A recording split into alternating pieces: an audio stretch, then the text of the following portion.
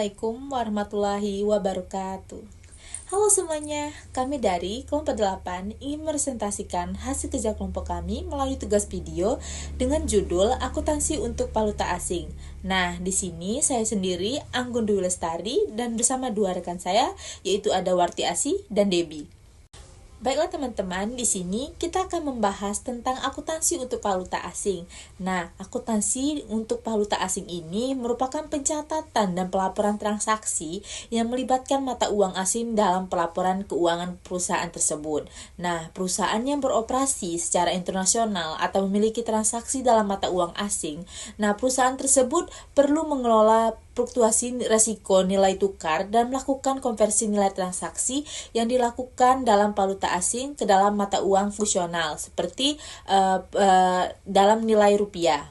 Selanjutnya, di sini kita akan membahas yang pertama itu ada perdagangan internasional dan transaksi dengan mata uang asing. Dari perdagangan internasional, banyak peluang dan tantangan yang dihadapi suatu negara karena dampak dari keterlibatan dalam masyarakat ekonomi dunia, sehingga memaksa entitas yang ada di dalamnya harus aktif dalam menjalankan perannya di dunia bisnis. Sehingga berbagai alasan atau faktor-faktor yang menyebabkan suatu entitas berinteraksi dengan entitas lain yang berada di luar negeri, yaitu ada beberapa penyebabnya, yaitu yang pertama ada kebutuhan bahan produksi yang tidak tersedia di dalam negeri. Selanjutnya yaitu ada pemasaran produk yang dihasilkan. Yang ketiga ada memperoleh sumber pendanaan, dan yang keempat yaitu ada pengembangan entitas. Selanjutnya, yaitu ada konsep mata uang. Menurut SAK, jenis mata uang yang digunakan oleh entitas terkait dengan perdagangan internasional yaitu ada 3. Yang pertama, yaitu ada mata uang fungsional, yakni mata uang yang digunakan pada lingkungan ekonomi utama di entitas beroperasi, yaitu seperti di Indonesia menggunakan rupiah. Nah, selanjutnya yaitu ada yang kedua, mata uang penyajian atau pelaporan, yakni mata uang yang digunakan dalam penyajian laporan keuangan. Jika kita menggunakan rupiah, maka di laporan keuangan kita menggunakan rupiah. Selanjutnya yaitu ada yang ketiga, mata uang asing, yaitu selain mata uang fungsional seperti rupiah, maka bisa menggunakan dolar atau ringgit. Nah, mata uang yang berlaku di suatu negara tidak serta-merta menjadi mata uang fungsional. Nah, penentuan mata uang fungsional memperlibatkan lingkungan ekonomi utama di mana entitas berada. Seperti di Indonesia, maka menggunakan mata uang rupiah. Menurut PSAK nomor 10, dalam menentukan mata uang fungsional bagi suatu entitas, ada beberapa pertimbangan yang perlu diperhatikan. Nah, perlu teman-teman ketahui beberapa pertimbangannya, yaitu yang pertama, ada paling mempengaruhi harga jual. Dan yang kedua, dari suatu negara yang kekuatan persaingan dan perundang-undangan sebagian besar menentukan harga jual dari barang atau jasa suatu entitas. Yang ketiga, yaitu ada mempengaruhi biaya tenaga kerja, bahan baku, biaya lain dari pengadaan barang atau jasa tersebut. Dan yang keempat, yaitu ada menjadi sumber dana dari aktivitas pendanaan. Yang kelima, penerimaan dari aktivitas operasi pada umumnya ditahan.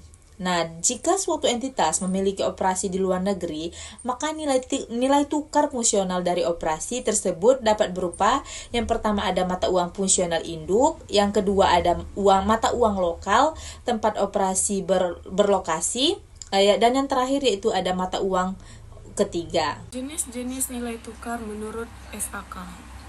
Pada saat ini, nilai tukar mata uang yang digunakan dalam kegiatan perekonomian sebagian besar telah menggunakan nilai tukar mengambang bebas yang ditentukan atau dipengaruhi oleh permintaan dan penawaran di pasar. Adapun jenis-jenis nilai tukar yang dikenal menurut SAK yaitu ada course forward, yakni nilai tukar untuk realisasi segera, umumnya untuk realisasi dalam 2 hari kerja setelah perdagangan. Ada 2 kurs penutup dan kurs forward, yakni kurs forward pada akhir periode pelaporan. Kurs forward yaitu nilai tukar untuk menyelesaikan transaksi di masa depan yang telah ditentukan. Yaitu selanjutnya C, kuotasi dan perubahan nilai tukar berdasarkan sudut pandang perbandingan antara mata uang. Terdapat 2 jenis nilai tukar, yaitu nilai tukar langsung adalah jumlah mata uang lokal atau fungsional yang dibutuhkan untuk mendapatkan 1 unit mata uang asing. Terus yang kedua tuh nilai tukar tidak langsung adalah jumlah mata uang asing yang dibutuhkan untuk memperoleh satu unit mata uang lokal atau fungsional. Nilai tukar merupakan salah satu indikator makroekonomi yang menjadi pertimbangan dalam menentukan strategi baik di tingkat kehidupan perekonomian suatu negara maupun suatu entitas. Nilai tukar umumnya ditentukan oleh kekuatan permintaan dan penawaran di pasar sehingga nilai tukar akan selalu mengalami perubahan. Nilai tukar akan menguat atau apresiasi terjadi pada saat jumlah mata uang lokal yang diperlukan untuk memperoleh suatu unit mata uang asing menjadi lebih sedikit. Nilai tukar akan melemah terjadi pada saat jumlah mata uang lokal atau fungsional yang dilakukan untuk memperoleh suatu unit mata uang asing menjadi lebih banyak. Adapun dampaknya itu dampak dari menguat dan melemahnya mata uang lokal atau fungsional ini, mata uang asing dapat berdampak operasional maupun dampak akuntansi. Dampak operasional merupakan dampak yang cenderung lebih sulit untuk diukur dan mencerminkan dampak real dari perubahan nilai tukar suatu mata uang. Selanjutnya itu dampak akuntansi merupakan akibat yang ditimbulkan terhadap laporan posisi keuangan maupun laporan yang dilaporkan. Dampak akuntansi ini dapat dengan mudah diukur dan terlihat langsung pengaruhnya pada laporan keuangan suatu entitas. Dapat transaksi merupakan pengaruh yang timbul akibat entitas memiliki transaksi menggunakan mata uang asing serta dicatat pada buku setiap entitas secara individu. Dampak translasi ini merupakan pengaruh yang muncul dari penlansian laporan keuangan dari operasi di luar negeri dan disajikan pada laporan keuangan konsolidasian atau pada tataran kelompok usaha. Selanjutnya itu 2, akuntansi untuk transaksi dengan mata uang asing.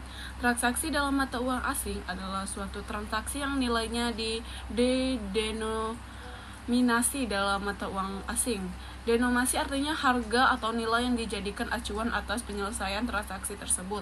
Misalnya bisa saja kita melakukan transaksi dengan menyeratkan masyarakat lokal, namun merupakan transaksi dalam mata uang asing karena menyesuaikan menggunakan mata uang asing. Demikian juga sebaliknya.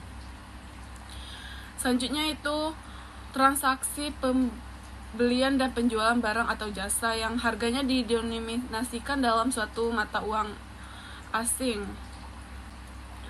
Dalam serangkai transaksi menggunakan mata uang asing, mencatat dapat terjadi pada beberapa tanggal, diantaranya pada tanggal transaksi, tanggal pelaporan, dan tanggal penyelesaian. Dalam PSAK 10 terdapat istilah pos-pos moneter dan pos-pos non-moneter.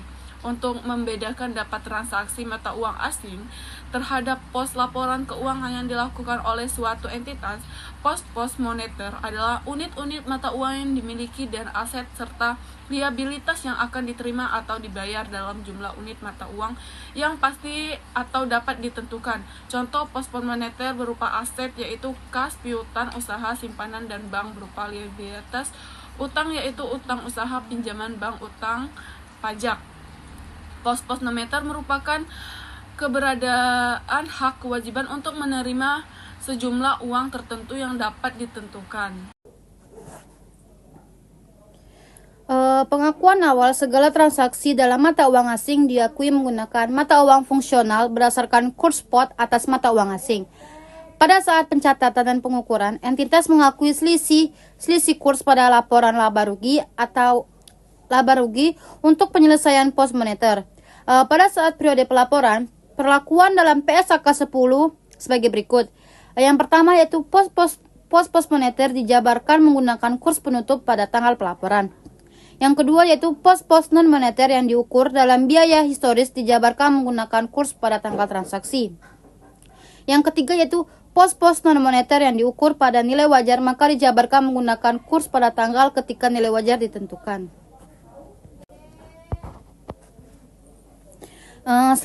Selanjutnya yaitu jika terdapat selisih kurs yang timbul dari penyelesaian maka Pertama, selisih kurs, keuntungan atau kerugian transaksi mata uang asing tersebut diakui pada laporan laba rugi pada saat terjadinya untuk penyelesaian pos-pos moneter. Yang kedua, selisih kurs diakui pada laporan laba rugi atau penghasilan kompresif lainnya untuk pos-pos moneter tergantung pelaporan untuk keuntungan atau kerugian lainnya dilaporkan. Transaksi mata uang asing yang memiliki dampak terhadap pelaporan antara lain. Yang pertama yaitu transaksi pembelian atau penjualan mata uang asing untuk tujuan spekulasi. Yang kedua yaitu transaksi pembelian atau penjualan barang atau jasa dalam mata uang asing. Yang terakhir yaitu transaksi pembelian yang didahului perolehan mata uang asing.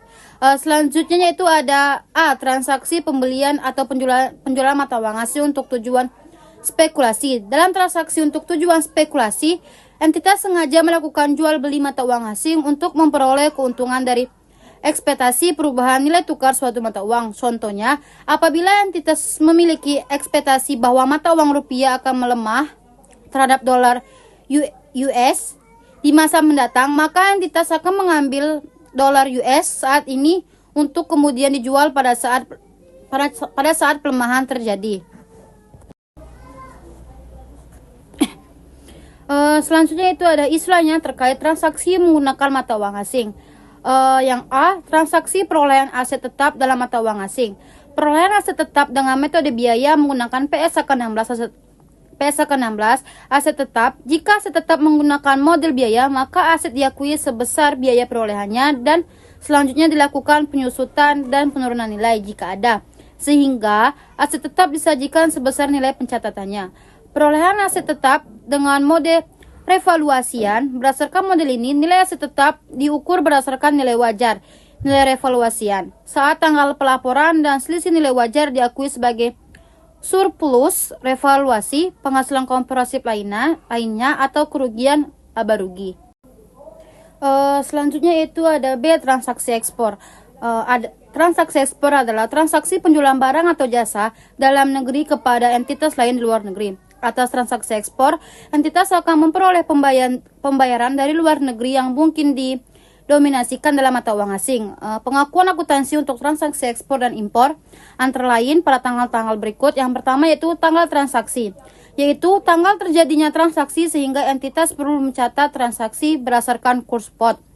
Yang kedua yaitu tanggal pelaporan keuangan, yaitu akhir periode pelaporan bila entitas masih memiliki pos-pos yang terkait transaksi menggunakan mata uang asing.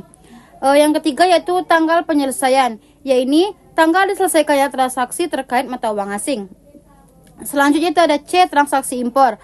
Transaksi impor adalah transaksi pembelian barang atau jasa dari luar negeri untuk didatangkan ke dalam negeri.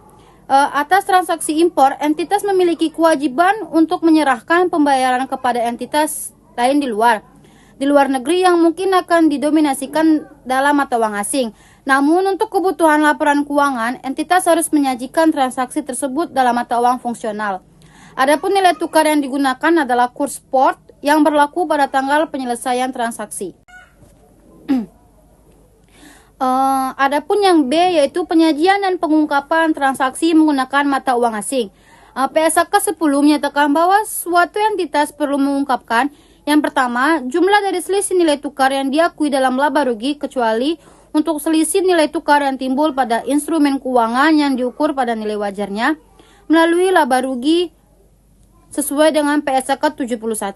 Yang kedua yaitu selisih nilai tukar neto diakui dalam penghasilan kompresif lain dan diakumulasikan dalam komponen ekuitas terpisah dan juga harus mengungkapkan rekonsiliasi dari selisih nilai tukar tersebut pada awal dan akhir periode. Yang ketiga yaitu ketika mata uang fungsional dan mata uang pelaporan adalah berbeda, maka entitas harus mengungkapkan alasan perbedaan tersebut. Baiklah, itu saja presentasi video yang bisa kelompok kami sampaikan. Apabila ada kesalahan kata, kami mohon maaf. Wabillahi taufiq wal hidayah. Wassalamualaikum warahmatullahi wabarakatuh. Terima kasih.